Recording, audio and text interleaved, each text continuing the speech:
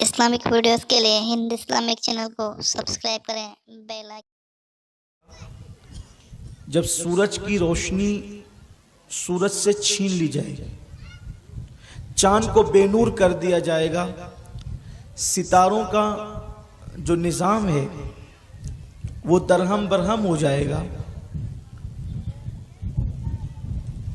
کوئی کسی سے محبت کرنے والا نہیں رہے گا، کوئی کسی سے دشمنی کرنے والا نہیں رہے گا، کوئی مالدار نہیں رہے گا، کوئی غریب بھی نہیں رہے گا، نہ کسی کے پاس مال ہوگا، نہ کسی کے پاس دولت ہوگی، نہ کوئی بندہ اس دن کنگال کہلائے گا بظاہر دولت کے حوالے سے۔ وہاں رشتے خون کے ایک دوسرے کے ساتھ ٹوٹ رہے ہوں گے، ماں بیٹے کو نہ پہچانے گی، بیٹا اپنی ماں کو پہچاننے سے انکار کر دے گا، بھائی بھائی کا نہیں ہوگا۔ اس طریقے سے ہر انسان اپنے میں ہوگا۔ انسان تو انسان ہے، فرشتوں کی زبان پر بھی اس وقت نفسی نفسی کی صدائیں ہوگی، فرشتے بھی اس وقت اللہ کی ہیبت سے کانپتے ہوں گے۔ اس وقت اللہ تبارک و تعالی ارشاد فرماتا ہے کہ جس وقت یہ کیفیت ہوگی تو اللہ تبارک و تعالی کی جو زمین ہے، زمین کے اوپر انسان نے جو اعمال کیا ہے، یومئذ تحدث اخبارہا، کہ زمین اس کی خبر دے گی کہ انسان نے رات کی تاریکی میں زمین کے اوپر سجدہ کیا تھا یا زمین کے اوپر گناہ کیا تھا، زمین کے اوپر اس نے اللہ کی عبادت کی تھی یا اللہ تبارک و تعالیٰ کی نافرمانی کی تھی، زمین کے اوپر اس نے اللہ تبارک و تعالیٰ کی خشیت سے آنسو بہائے تھے یا بے باکی کر کے اللہ کو ناراض کیا تھا، اللہ کو غضبناک کیا تھا۔ اس وقت زمین خبر دے گی، انسان زمین کی اس خبر کو دیکھ کر کے کہے گا اس زمین کو کیا ہو گیا ہے کہ یہ انسان کے اعمال کے حوالے سے خبر دے رہی ہے۔ آپ مجھے بتائیں کہ اگر خبر دینے کے لیے کسی انسان کو متعین کیا جائے تو انسان سچ بھی بول سکتا ہے، انسان جھوٹ بھی بول سکتا ہے، اور پھر بات یہ ہے کہ ہر انسان دوسرے انسان کے ساتھ ہمیشہ نہیں رہتا۔ مثال کے طور پر کسی کی کتنی ہی دوستی ہو، کسی کی کتنی ہی قربت ہو، لیکن دو دوست 24 گھنٹے میں کبھی نہ کبھی تو جدا ہوتے ہیں، کہیں نہ کہیں تو جدا ہوتے ہیں، وہ ایک ساتھ نہیں رہتے۔ لیکن اللہ اکبر، انسان کہیں بھی ہو وہ زمین کے اوپر ہی تو ہوتا ہے۔ انسان سو رہا ہو تو زمین کے اوپر، انسان بیٹھا ہو تو زمین کے اوپر، انسان لیٹا ہو تو زمین کے اوپر، انسان کھانا کھا رہا ہو تو زمین کے اوپر۔ یہ زمین اللہ اکبر گویا کہ خدائی جاسوس ہے، خدائی جاسوس۔ انسان جو کچھ کرتا ہے یہ سب زمین اس پر گواہ ہو رہی ہے۔ مجھ سے پیشتر حافظ صاحب قبلہ نے کرامن کاتبین کے حوالے سے آپ کو بتایا، وہ دو فرشتے تو گواہ ہے ہی ہے، لیکن اللہ اکبر زمین بھی انسان کے اعمال پر گواہ ہے۔ اور اللہ کے حبیب مصطفیٰ جان رحمت صلی اللہ علیہ وآلہ وسلم ارشاد فرماتے ہیں کہ قیامت کے دن انسان کے سر کے بالکل اوپر سورج ہوگا، اور انسان کے سر اور سورج کے درمیان صرف ایک ہاتھ کا فاصلہ ہوگا، بس صرف ایک ہاتھ کا فاصلہ۔ آپ اندازہ کریں، جہاں تک میری آواز پہنچ رہی ہے تھوڑی دیر کے لیے ذرا غور کریں کہ اس وقت تو سورج سینکڑوں سال کے فاصلے پر ہے۔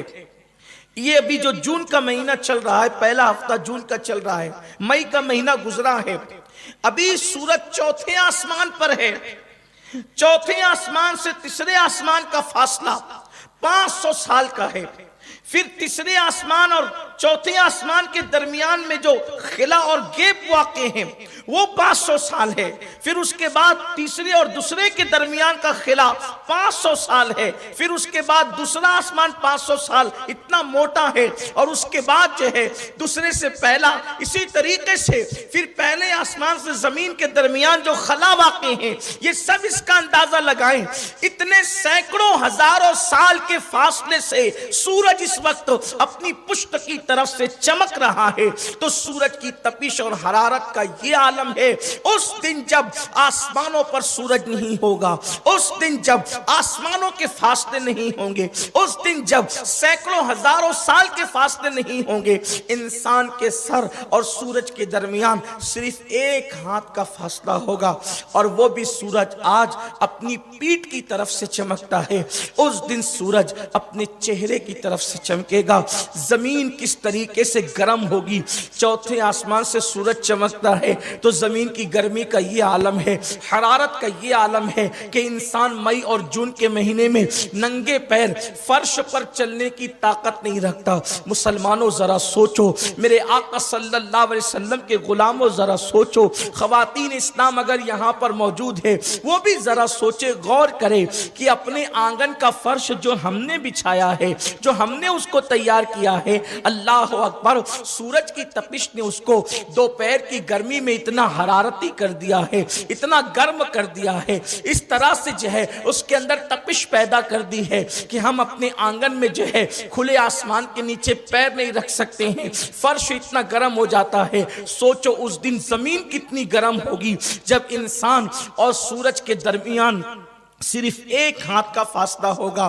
پھر اس وقت کیا ہوگا, اس وقت کا اندازہ یا اس کی پوری تصویر کشی کرنا یا اس کی عکاسی کرنا یا اس کی پوری داستان کو بیان کرنا اس مختصر سی محفل میں ممکن نہیں ہے. میں اپنے مطلب کی بات پر آتا ہوں, دل کے کانوں سے سننا, یاد رکھنا یہ کوئی کہانی نہیں ہے کہ اس کو آپ نظر انداز کر سکیں, یہ کوئی قصہ نہیں ہے کہ یہ کسی قصہ گو کی اللہ اکبر انسان کی ذہانت ہو, لیکن اللہ یہ اس غیب دا نبی نے بیان فرمایا ہے کہ اللہ اکبر جو زمین پر بیٹھ کر لوح محفوظ پر نگاہ رکھتے تھے, جن کو اللہ نے عالم ما کان و ما یکون بنایا تھا, اللہ رب العزت نے ان کو گزرے ہوئے اور آئندہ حالات کے پر جو ہے وہ اطلاع عطا فرمائی تھی. اللہ اکبر, میرے اور آپ کے آقا مصطفیٰ جان رحمت صلی اللہ علیہ وآلہ وسلم نے ہم کو آنے والے حالات پہلے سے اس لیے بتا دیے تاکہ ہم وہ کام نہ کریں, ان گناہوں سے اپنے آپ کو بچائیں,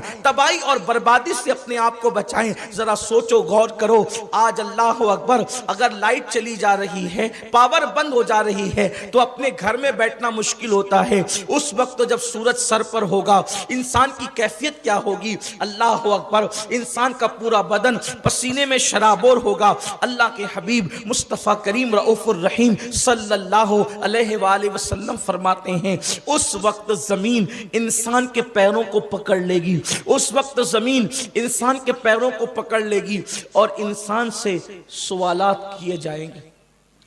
انسان کے پیروں کو زمین پکڑے گی اور زمین اس وقت تک کہ انسان کے پیروں کو نہیں چھوڑے گی جب تک اللہ اس سے چند سوالات نہ کر لے, اللہ تعالیٰ اس سے کچھ پوچھ نہ لے اور وہ اس کا جواب صحیح طور پر نہ دے, اس وقت تک کہ اس کی چھوٹ نہیں ہوگی. پہلا سوال, جب زمین جب اس کے پیروں کو پکڑ لے گی تو اللہ کی طرف سے پہلا سوال یہ ہوگا کہ تو نے اپنی زندگی کو کہاں گزارا, تو نے اپنی زندگی کو کس کام میں گزارا. ابھی آپ دیکھیں ماہ رمضان شریف جیسا برکت والا مہینہ گیا ہے, عید کی چھٹیوں میں مسلمانوں کا حال کیا ہے. اس وقت پوری دنیا کے مفکرین, خطبہ, مقررین, علماء, دانشور سب چیخ رہے ہیں بے چینی اور بے قراری سے کہ قوم پر ظلم کتنا ہو رہا ہے, قوم غربت کی چکی میں پس رہی ہے, قوم کٹ رہی ہے, قوم تباہ ہو رہی ہے, قوم برباد ہو رہی ہے. یہ سب باتیں ہو رہی ہے اور حق ہے. میں آپ سے پوچھنا چاہتا ہوں ذرا قوم اپنے کرتوت بھی تو دیکھیں, لوگ اپنے حالات بھی تو دیکھیں. جس قوم کی کیفیت یہ ہو کہ ماہ رمضان شریف گزرنے کے بعد عید الفطر کی نماز پڑھنے کے بعد ساری تھیٹریں کے چاروں شو فل ہو جائیں اور سب بھر جائیں اور جگہ نہیں ہو بیٹھنے کے لیے, وہ قوم تباہ نہیں ہوگی تو کیا ہوگا. کیا اثر ہے رمضان شریف کے روزوں کا ہماری زندگی پر, کیا اثر ہے تراویح کا ہماری زندگی پر, کیا اثر ہے نمازوں کا ہماری زندگی پر, کیا اثر ہے عبادتوں کا اور تلاوتوں کا ہماری زندگی پر. حال یہی ہے کہ رمضان شریف سے جیسے پہلے تھے رمضان شریف کے بعد وہی حال. بلکہ رمضان المبارک میں بھی تبدیل نہ ہو سکے، ماہ رمضان شریف کی برکتیں ہمیں بدل نہ سکی، یہ مسلمانوں کی کیفیت ہے۔ ایسی قوم تباہ و برباد نہ ہوگی تو کیا ہوگا؟ میرے پیارے آقا صلی اللہ علیہ وسلم کے پیارے دیوانوں، اللہ کے حبیب غیب داں نبی صلی اللہ علیہ وآلہ وسلم نے فرمایا تم سے پوچھا جائے گا تم نے اپنی زندگی کو کہاں گزارا؟ مسلمانوں ذرا اس دن کا غور کرو، تصور کرو، جبریل امین جیسا فرشتہ خدا کی ہیبت سے کانپتا ہوگا، حضرت آدم نفسی نفسی کرتے ہوں گے، حضرت نوح نفسی نفسی کرتے ہوں گے، انبیاء کی زبان پہ میرے آقا کے سوا سب کی زبان پہ نفسی نفسی ہوگا۔ اس وقت قدرت کہے گی اپنی زندگی کو تو نے کہاں گزارا؟ بتاؤ اپنی زبانوں میں یہ طاقت کہاں سے لاؤ گے؟ یہ کہنے کے لیے زبان میں طاقت کہاں سے لاؤ گے کہ ہم عید کے دن بھی فلم خانوں میں بیٹھتے تھے؟ اللہ فرماتے ہیں اللہ کے رسول فرماتے پوچھا جائے گا تو نے اپنی زندگی کہاں گزارا؟ اسی زندگی کے اندر تو رمضان شریف بھی ہے نا، اسی زندگی میں تو شوال بھی ہے، اسی زندگی میں پوری زندگی ہے، پیدا ہونے سے لے کے مرنے تک مجھے بتاؤ۔ اللہ پوچھے گا اپنی زندگی کہاں گزارا؟ سوچو کہاں کہاں بیٹھتے ہو، کیا کیا کرتے ہو، کیفیت کیا ہے، زندگی کیسے گزر رہی ہے؟ یہی زندگی ہے کہ ہم ماہ رمضان المبارک کا وہ کہ گزرنے کے بعد پہلا دن جسے عید الفطر کہتے ہیں، پھر ہمارے یہاں کا جمعہ تو بڑا مشہور ہے، اللہ تعالیٰ نظر بد سے بچائے، لیکن جمعۃ المبارکہ کی بس اتنا ہی 2 رکعت کے مسلمان جمعہ کے بعد کیا کرتے ہو، جمعہ سے پہلے کیا کرتے ہو، جمعہ کے بعد کیا کرتے؟ صرف 2 رکعت کے مسلمان ہیں ہم، ہماری کیفیت کیا ہے؟ اتنے مبارک دن بھی جو سید الایام ہے، مومنوں کی عید کا دن، اس دن بھی کوئی فلم کھانے میں، کوئی شراب کے اڈے پہ، کوئی زنا کے اڈے پہ، کوئی جوے کے اڈے پہ، ذرا بولو تو صحیح، بتاؤ تو صحیح، اللہ کو کیا جواب دے؟ یار کوئی ملا جی پکڑ کے پوچھ لے کہ اپنے ہفتے بھر کیسے گزارے تو ہم اس کے سامنے جواب دینے کی حیثیت نہیں رکھتے، اللہ کے سامنے کیا جواب دیں؟ بولو وہ دن آئے گا، اس دن کا جو انکار کرے وہ کافر ہے، مسلمان نہیں ہو سکتا۔ جسے یوم آخرت کہتے ہیں اس کا منکر کافر ہے، وہ مسلمان نہیں ہے۔ مومن ہونے کے لیے ضروری ہے کہ جیسے اللہ کے رسول صلی اللہ علیہ وسلم جو سب باتیں لے کر آئے ہیں، جیسے سب کی تصدیق کرنا ضروری ہے، ویسے آخرت کی تصدیق کیے بغیر کوئی مومن نہیں ہو سکتا۔ اس دن اللہ پوچھے گا اپنی زندگی کہاں گزاری؟ کیا ہم یہی جواب دیں گے کہ ہم نے تو اپنی زندگیاں عورتوں پہ بدنظری کرنے میں گزاری، ہم نے تو اپنی زندگیاں موبائل کے اندر گندی فلمیں دیکھنے میں گزاری؟ کیا سب اسی دنیا کے اندر رہنا ہے؟ اسی دنیا کے اندر ہمیشہ رہنا ہے؟ یہ دنیا ہمیشہ کی قرارگاہ ہے، یہ دنیا ہمیشہ کی قیام گاہ ہے؟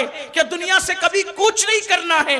وہ درجنوں جنازے جو تم نے اپنے کندھوں پہ اٹھا کر کے قبرستان پہنچائے ہیں، کیا کبھی تصور نہیں کرتے کہ جس طریقے سے ہم کسی کو اپنے کندھوں پہ سوار کر کے قبرستان لے جا رہے ہیں، ایک دن جلد آنے والا ہے کہ لوگ ہمیں بھی اسی طرح جنازے میں سوار کر کے قبرستان لے جائیں گے، ایک دن وہ ضرور آئے گا۔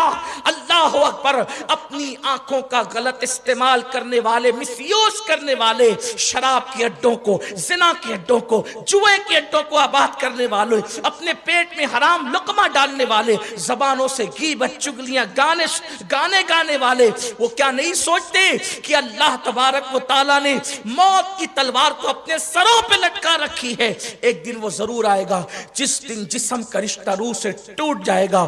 اس دن نہ کوئی دوست کام آئے گا، نہ کوئی بھائی کام آئے گا، نہ احباب کام آئیں گے، نہ اقربا کام آئیں گے۔ یہ مال جو تم نے تجوریوں میں سجا رکھا ہے یہ وارثوں کا ہو جائے گا، تمہاری بیویاں تمہاری اجنبی ہو جائے گی، تمہارے بال بچوں سے تم جدا کر دیے جاؤ گے۔